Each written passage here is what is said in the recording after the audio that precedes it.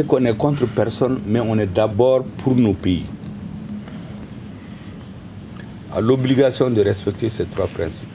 An bɛ se ka fara ɲɔgɔn kan kɛ ka fédération bila sen kan ni hakilina damadɔ fɔlɔw ye tagali ɲɛfɛ an bɛna fanga don minnu la ni an ka jamanaw ka kanabilali tasiraw hakilinaw bonyaliw tolen ye u minɛnw kɔnɔna na. Apollinaire Kilem de tɛnbɛla ka fɔ la a ka tile fila taama senfɛ Mali la tarata ani arabadon na ni a kunnafoniw laseliw kɛra a ka cakɛda fɛ. Minnu kɔnna an ɲɛ ye a hakilina baara ɲɔgɔnw tun kun bɔ i n'a fɔ fédération du Mali min ma se ka taa ɲɛ nka u ye sira kɔni jira an na a ka fɔ la ne misali tali ye Mali, Sénégal, Burkina Faso ani Benin jamanaw ka fara ɲɔgɔn kan ka kɛ fédération ye minnu hakilina baaraw kɛra ko kuntala surun ye san 1959 ani san 1960 u ka yɛrɛma hɔrɔnyaw tali waati kɔnɔna na ka bɔ Faransi ka mara kɔnɔna na a ye a jira k'a fɔ ko nin ye chantier belebeleba de ye u bolo u ka kan ka baara kɛ ni min hakilinaw ye u ka jamanaw ka nin furancɛ fanga ninnu waati kɔnɔna na ko nɔtɛ ko ni fanga seginna politikikɛlaw bolo la k'a bɛna na gɛlɛya kosɛbɛ. Mali marabagaw ka hakilina fosi ma labila fɔlɔ kunnafoniw ye a taabolo kan. Mali premier ministre Dr Choguel Kokala Maïga ye Burkina Faso premier ministre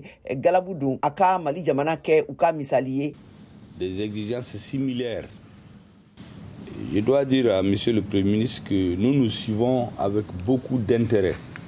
Ne ka taama o sira kelen fɛ o taabolo ninnu kɛra surafana dunba dɔ senfɛ min tun kɛnɛ tigɛra tarata don na sufɛla la Burkina premier ministre ye Choguel Maïga seginna Mali genti ka taabolo gɛlɛnw taliw kofɔliw kɛ min ye jamana ka kanabilaliw ye a ka baarakɛɲɔgɔnw duniya gun kan sugandi yaasa ka se ka jamana ka nafasɔrɔ siraw yakubaya. Partenaire, défense obstinée des intérêts du peuple malien.